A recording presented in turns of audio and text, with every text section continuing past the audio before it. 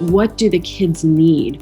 Why do they need it? How can we be most helpful? Our student aid system broadly doesn't mesh well with emergency aid programs. If you receive emergency aid from another source, it can actually lower your amount of student aid available the next year. So many students really saw this as like a last resort. It needs to be really nimble. Students could just receive the funding directly themselves and then pay for the expenses themselves. One of the largest barriers to entry that we found were students who were afraid to take the money because they were worried they were taking it from someone else who needed it more. There's growing precarity in terms of people's housing. More and more people are struggling to pay the rent. A lot of students mentioned that they really appreciated the ease of applying. It was a fast and easy application process. It was a fast and easy disbursement process. I want to make sure if you need aid, you get aid.